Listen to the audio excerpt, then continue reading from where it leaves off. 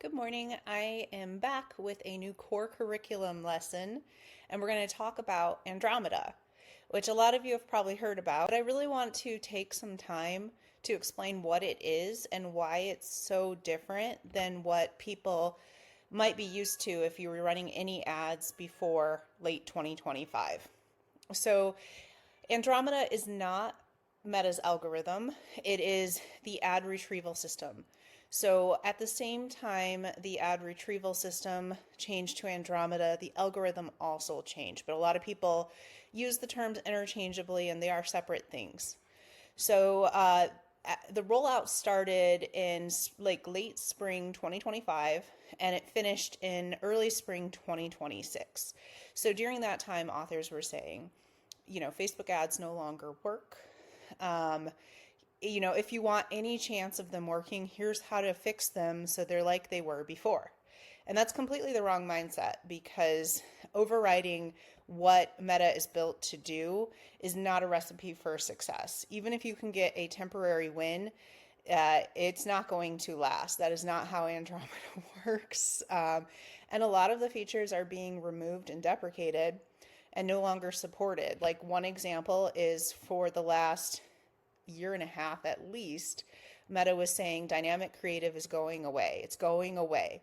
Yet a lot of authors had learned that dynamic creative is the only way to run ads. So when it went away, their ads all broke. So it did take about a year and a half of Facebook saying it was leaving for it to actually leave. But they're making decisions a lot faster now. For example, if you took my Kickstarter course, at the beginning of 2026, I was talking about flex ads being the future. And this is something Meta was pushing really, really hard as the way. And then suddenly they decided they didn't want to support it anymore and took it away. So that was a very much quicker arc than dynamic creative. But their new systems allow them to be fast and flexible. Meta, Amazon, all of the tech giants we rely on for our careers have invested heavily in AI. So again, regardless of what your personal stance is, these tools are operated by AI, full stop. So you can write all of your own copy, you can design all of your own images, custom illustration, you can do all of that, and AI is still touching your work because that is literally how the systems operate. Amazon has Rufus, which I believe is affiliated with Anthropic, Claude, and readers can now chat with Rufus about the book, about your book, asking questions about it, recalling what's in there. You'll see above your reviews, readers are saying, and it's like a summary from the reviews. There's all kinds of features. Meta is the same. They have their own AI called Llama. They bought something called Manus. There was a period where I think they were offering OpenAI employees like $1 million to leave and come to Meta. Like, they are very, very invested in AI, and AI is how Andromeda works. So the retrieval system and the algorithm, they decide who's going to see your ads. So if they have 50 possible ads they could show this person, they're weighting different factors to determine which ad wins. That's Andromeda. So a lot of authors in the past, they were really focused on targeting and the ad set level and how am I going to target the exact right readers. And if I choose this author and this TV show, that's my reader, perfect, job done. Here's my book cover and and an excerpt or my book description, go buy it. And that is not at all how Andromeda works, how the algorithm works now. And a lot of authors were really upset when Advantage Plus placements started becoming the default, where Meta can override your choices. That's how it works now because the machine is getting smarter and smarter and smarter. So even features that are a little bit buggy right now, they are improving a lot. We felt the burn definitely in the transition to Andromeda, keeping in mind that Meta is really optimizing for direct sales and huge volume advertisers, not small indie authors with traffic ads. So a lot of times it takes a while for the features to be fully functional for authors running Kindle Unlimited ads. But they're always working on it, they're always improving. And if I have to choose one tech giant to to bet on between Meta and Amazon, I'm always going to trust Meta more. Always, always, because I see in real time they take accountability and fix their issues. I do not see the same thing from Amazon.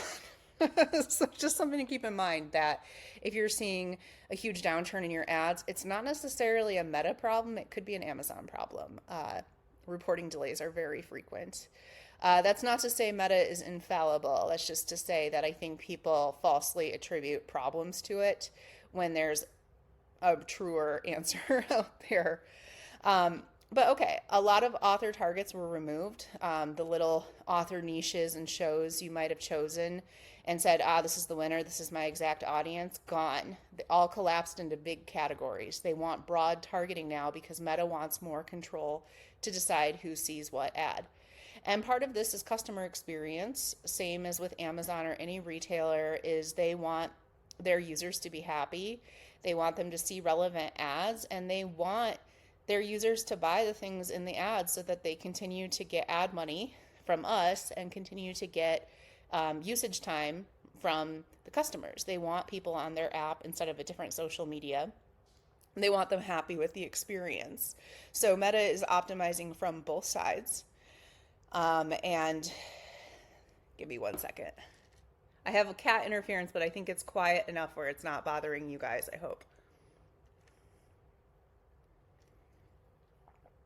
So Meta is a business with two customer bases. And the interesting thing about Meta versus Amazon is Meta's primary customer is us, the advertisers. That's their priority, even though they want their end users to have a good experience. Amazon, it's different. Their primary customer is the consumer, the person purchasing, not the advertisers. That's a relatively small piece of their business. And that's another reason why I trust Meta to make right on things more than Amazon. But this lesson isn't about my personal grievances. It's about explaining how Andromeda works, why it's so different, and why you need to get on board with Andromeda rather than trying to create 2024 ads. That's going to increasingly fail you if that's what you're doing. So dynamic creative is gone. Interest-based targeting is still technically available, but can be overridden. Even if you say turn off Advantage Plus, guess what? More and more they're burying these options. I've said it many times. I think the ad set level controls are going to go away completely and they'll be moved to value rules. But right now they are still accessible. You can turn off placements. You can suggest audiences, but these are suggestions. It will override the placement settings too. So Andromeda knows best because it has so much data that they're not sharing with us for privacy reasons, and any big tech giant is not going to tell you exactly how their algorithm works. And it's subject to change as they learn new things, but they have all of this data and information on, their billion users, and they're weighing all these factors. And not just that, they have a ton of information on your ads that you can't even see. So one thing with how it works now is Andromeda understands your customer based on the ad itself, not who you say it's for, who the ad actually is for. So there's something called visual engine optimization, where they will look at the machine, reads your image or video, what you have attached to the creative, and it pulls out cues and signals. So if my little bubble where I'm talking to you was an ad, they would probably think it's a lifestyle ad. Maybe like stay-at-home mom or interior design or cooking because I'm in front of a beautiful, immaculate kitchen. And it's so smart, it might even catch my painting, and that's a scene from Italy. They might catch that style of painting and location, and that will teach them something about me. They'll pick up on my glasses and that I have a generally professional academic appearance, but I'm not overly polished. My hair's a little messy. It will parse all this information. It might even be able to see what business cards are on my fridge. So it's hyper intelligent. It's paying attention to how I'm talking, the cadence, what words I'm using. It's pulling the transcript. If we're looking at the image, okay, I have a screen share. I'm teaching something. It looks technical. They're going to recognize their own advertising settings dashboard. So now it's getting the context from, okay, this person with lifestyle, but she's in an ads manager. And then it's going to look at the names I have in here. So I've got SBB Rule Stack. That's an abbreviation for one of my products. It's not going to understand what that is, but Claude Assisted Rule Stack. Okay, now we know we're talking about AI maybe. And oh, I see the word Kickstarter and author services. And it's going to pull all of this out before I put any words or targets in. This just from the creative, with me talking to you as an example. Similarly, if we're looking at, oh, that's a surprise for later.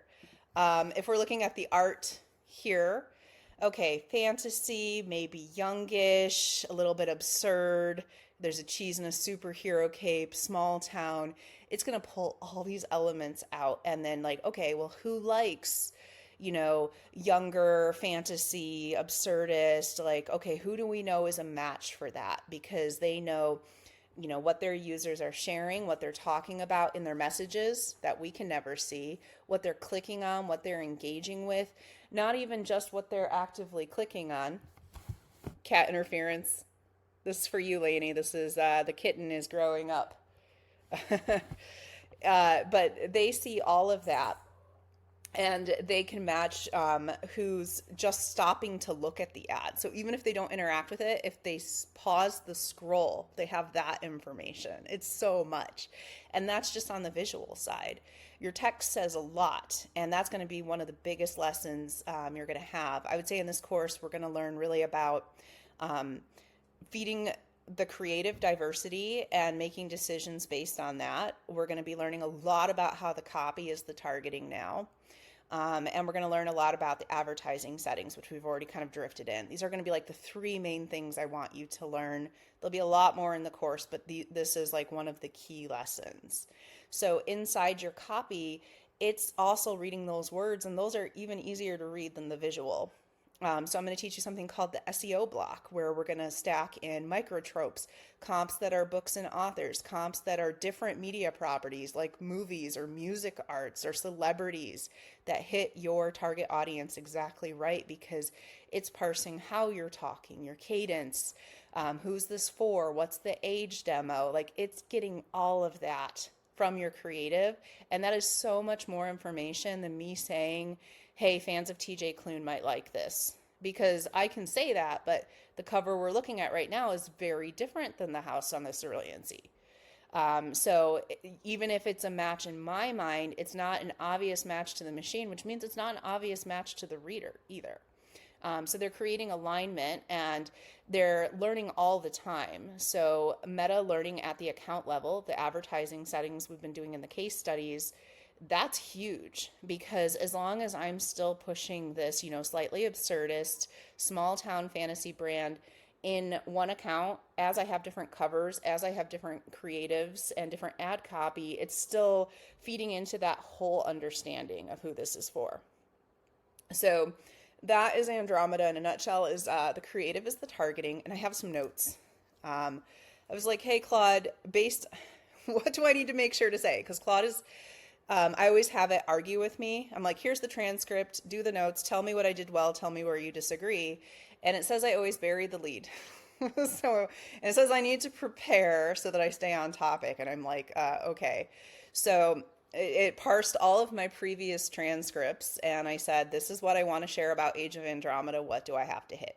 So I highlighted the things that I thought were important. This is based on my own teaching, not something Claude decided. Claude parsed my transcripts and then put this here, and I chose the best ones, and I just want to make sure I hit these points so we're all in agreement on Andromeda. So the new you is a farmer feeding a system that does the hunting. So you're not the hunter anymore. When you were choosing the ad targets, you were hunting for the ideal reader. Now we have domesticated the beast, and we need to make sure it's fed. So this is creative diversity and just giving it a lot of content to work with so it can go and it can find the perfect, most beautiful prey. I don't like how violent this metaphor is, but sure.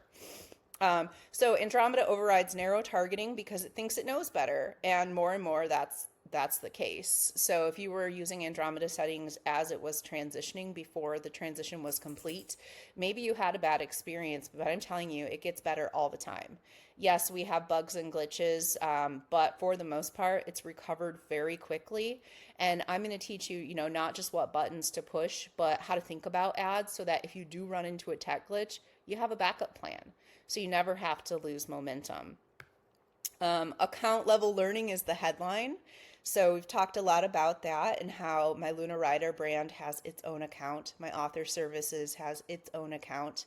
Each pen name and genre has its own account because the more I can train it on who that author's ideal reader is, the better it's going to be for each new campaign because it's learning. It's not starting from scratch each time. Produce a lot, don't perfect each one, refine on what wins. So I think this is another thing that's really hard for authors to understand who have done a lot of ads pre-Andromeda is that messy is better than perfect. Done is better than perfect. Stop trying to be perfect because Hi, thank you. But if you take a lot of time just making the perfect, most beautiful copy or image, it might work well for a little while, but Andromeda is so hungry. So that ad is not going to work for very long relative to the time you spent on it. It needs new constantly. I think a good way to think about it, I like thinking about the generations. I'm an elder millennial. So I was born in 1984 and I straddle Gen X. So I have some Gen X, don't give a characteristics, but I'm very much an emotional millennial as well. And if you think about who Facebook's primary audience is, it's baby boomers. It's an older audience, and we've gotten really good at selling to older readers, especially if you're in the cozy or sweet space. Like, we know how to sell to old readers. But Andromeda and TikTok and all of these AI-based algorithms, they're really more Gen Z. And selling to Gen Z is very different than selling to a boomer. It's totally different. Trust me, because my Molly Fitz and Melissa Storm brands are, older readers, and Luna Rider suddenly flipped into Gen Z territory. And I had to learn ads from scratch because you're talking to a really different audience. And it's kind of ironic because in all of my observations, Gen Z is the most anti-AI of any generation. But the AI is specifically organizing itself around what they like. So shorter attention span, straight to the point, emotional hook. With Andromeda, we're not thinking about what it is. We're thinking about how does it make me feel? Why is it for me? You're asking more philosophical questions rather than just straight nominal product descriptions. And we'll talk about that more in intent-based marketing. But if you take a long time to get the ad exactly right, and then it churns because Meta needs more, very hungry, feed me Stanley, you just wasted your time. So you got to get good at iterating fast, and applying a filter, swapping a cover, or changing a font is not enough because Meta has something that exists for them, and they've promised they will show us, but they are not yet, called creative similarity scores and entity IDs. Which means if your ad is too similar to another ad, it's the same ad. It could still stay in creative fatigue. It could still stay in learning limited. They're like, no, you can't trick me. So you need to make actually distinct creative at volume. So you're not a media buyer targeter. You are now a design studio. That's a big change, and it's one I've been feeling on scale running an agency, and we've had to adapt more and more to this new model of lots of creative fast. Also, you don't know right away. You have to be patient, and it sucks. For my fellow ADHDers, I want to know immediately whether it worked while I can still remember what I did, right? But no, we have to like minimum 3 days and really up to 10 days to really know if an ad is working. And that sucks, and it's expensive. And we lose our momentum if we're waiting and then we forget what we did. And now it's in learning, and I don't have new ads up. What do I do? So I'm going to teach you how to keep the beast fed. I guess that we're just going to do a little shop of horrors themed course. So we're going to keep Stanley fed. That's the official new name for the Facebook algorithm. Join me in using this terminology, please. We're going to keep Stanley fed and happy. so that he doesn't murder us all. That's pretty much the approach to AI anyway, right? Okay, the wind is feeding it well and correcting only where it's structurally wrong. So I'm going to be showing you how we're making these decisions, how we're getting a lot up quickly, and then how we're going to pattern read. Um, and we're going to figure out what to give it new at a cadence where we're not starting over each time. Because remember, it is learning on the account level as well. So this is a lot to consider. It's a lot to think about. It can be hard, these theoretical lessons. I know that not everybody learns this way, but I think some people, especially our thinkers in the course, it's really helpful to have this context as we move into the case studies and the core lessons where I'm showing you this in action. This is the why. And I want to show you a couple of quick examples. So this is an ad that Tammy on my team designed for Manuscript to Marketing, which is my AI marketing report product. And it says, what if your entire book launch was already written before you finished your morning coffee? And this ad converted really well, but then its frequency went crazy high. And we'll talk about this in the in the analytics unit. But and we'll talk about actual KU examples. This was just an easy, quick example I had ready because I was working on it. This ad did really well, but I can't keep showing this ad because this creative has been served to death.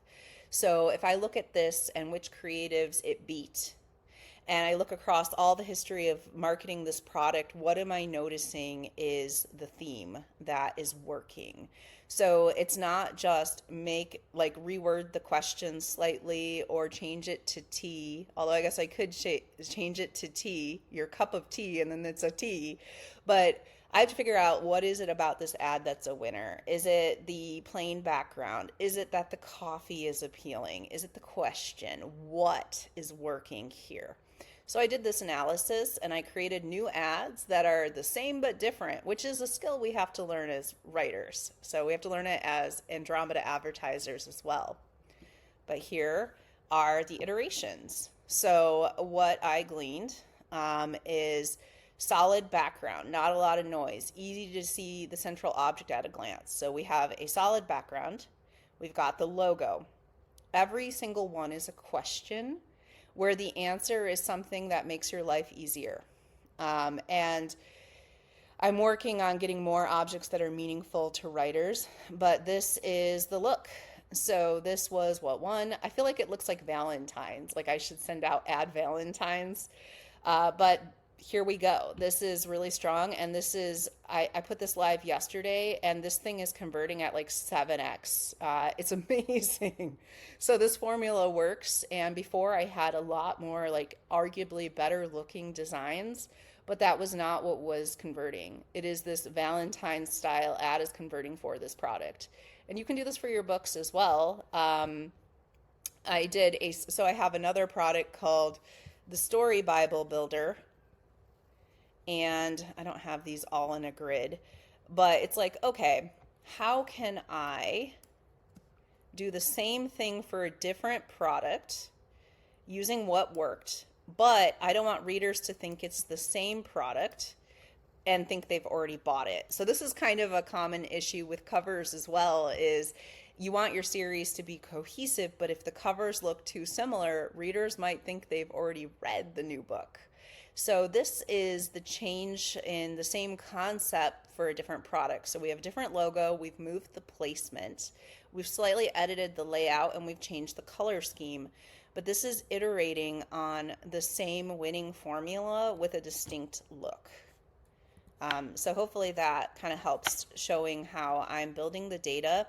This is all distinct creative. So it can still be done pretty fast. There is kind of a template behind it, but this is diverse enough where Meta is not going to think it's the exact same ad. So that is a quick and dirty lesson on Andromeda, and I think I might have a new record for being fast. So I guess theoretical lessons go faster than when I have a dashboard to click on shinies. But hopefully this was helpful. If you have questions about Andromeda or something doesn't make sense, drop a comment. I'll see you guys again soon. Bye.